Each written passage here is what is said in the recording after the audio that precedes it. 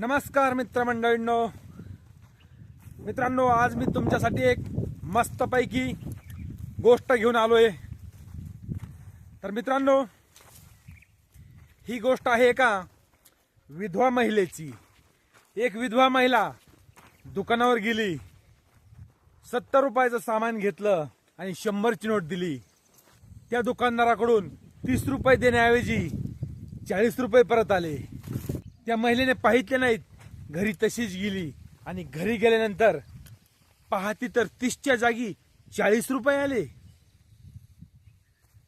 त्या महिलेला दम निघाला नाही, ती अशीच निघाली आणि थेट दुकानदाराकडे आली आणि म्हणाली, दुकानदार, तुम्ही मला 30 रुपये देण्याऐवजी 40 रुपये दिले, हे तुमचे 10 रुपये परत करण्यासाठी मी आले। दुकानदार म्हणाला, 10 रुपये आले होते तर आले होते जास्त, पुढच्या वेळेस कापून घेतले असते, त्यात काय एवढं होतं।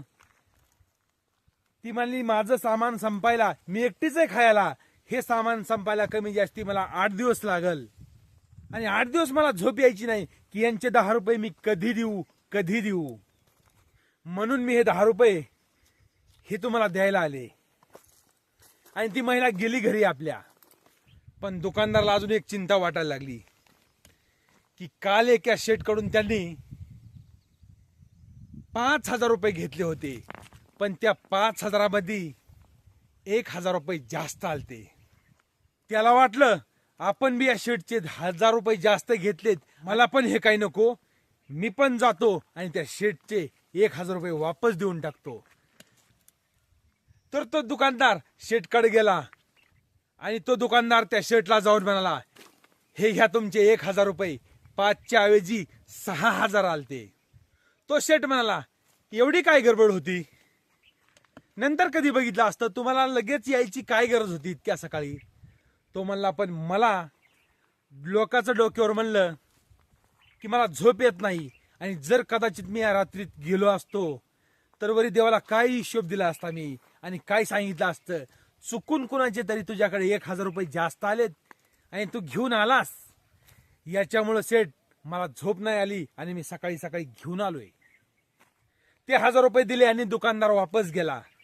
पण शेठची झोप उडाली, कारण शेठनं काय केलं होतं, एका माणसाकडून महिन्या 15 दिवसासाठी 4 लाख रुपये घेतले होते। 4 लाख रुपये घेतले आणि दुसऱ्या दिवशीच तो माणूस गेला, म्हणजे वारला। त्या शेठला काय वाटलं, मी तर 4 लाख रुपये घेतलेत, कुणाला माहित नाहीत, फक्त त्याला आणि मला माहित, आणि तो तर गेलाय, राहून देतो पैसे हे मलाच। म्हणून त्या शेठनं तसेच डबी धरून ठेवले होते आणि त्याला 10 वर्ष पूर्ण झालतं। मग शेठला मात्र वाईट वाटायला लागलं की हा माणूस 1,000साठी झोपला नाही, हा म्हणतोय की मी देवाला वर जाऊन काय सांगू 1,000साठी, आणि मी तर सरळ 4 लाख रुपये घेतलेत, मी काय जाऊन सांगू वर देवाला। म्हणून त्या शेठला पण झोप येईना। मग तो ज्या माणसाकडून घेतले होते त्या माणसाच्या घरी गेला, तर त्याची पत्नी तिथं विधवा होती आणि तिने म्हणाला, ताई मला माफ करा, मी तुमच्या पतीकडून 10 वर्षापूर्वी 4 लाख रुपये घेतले होते आणि ते आता बँकेतून काढून आणलेत, 4चे 10 झालेत, हे 10 लाख रुपये तुम्हाला धरा।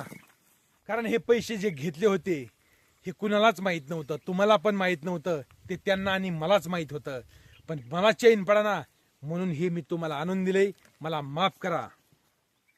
एवढं झालं कशामुळं, फक्त त्या महिलेच्या 10 रुपयामुळं। आणि ज्या महिलेला त्या सावकारांनी चेक दिला होता 10 लाखाचा, ती महिला होती कोण, जिनं 10 रुपये वापस आणून दुकानदाराला दिले। तसा मित्रांनो, कर्माचं चक्र